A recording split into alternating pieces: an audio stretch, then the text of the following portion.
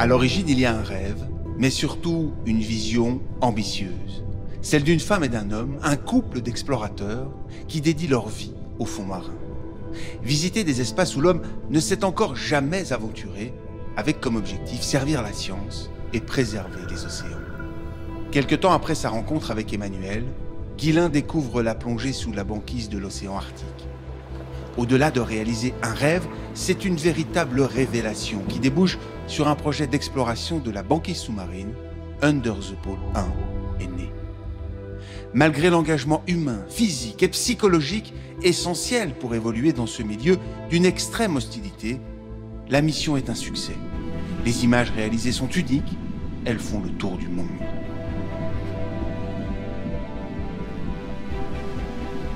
Fort de cet enthousiasme, les explorateurs lancent Under the Pole 2. 3 ans de préparation, 2 ans sur le terrain à bord du Wai, un voilier spécialement acquis pour rejoindre le Groenland et passer l'hiver bloqué dans la glace, avec la volonté de comprendre le milieu pour en assurer sa pérennité.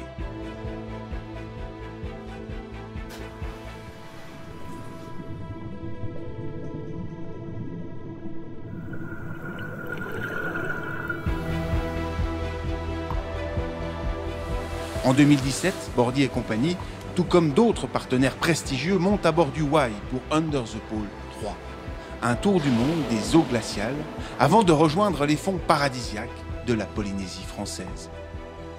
Emmanuel et Guillain renforcent leur collaboration scientifique. Objectif, faire en sorte que le travail d'exploration marque les consciences dans le but de préserver notre planète.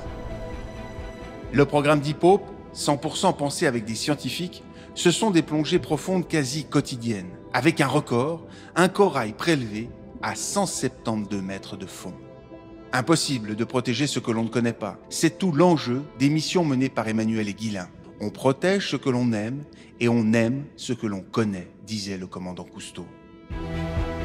Et la meilleure manière pour observer un milieu, c'est bien sûr de l'habiter. Ainsi naît le projet Capsule, pour réaliser un rêve fou, installer un habitat à 20 mètres de fond. C'est précisément pour poursuivre ce projet stoppé par la pandémie mondiale que l'équipe d'Under the Pole est retournée ce mois de février en Polynésie française. Dans quelques mois, UTP4 prendra le relais, un nouveau programme mené autour du monde avec des plongées jusqu'à 200 mètres de fond le long des côtes et des littoraux. Pour une fois encore répertorier les espèces qui peuplent ces écosystèmes naturels plus que jamais menacés.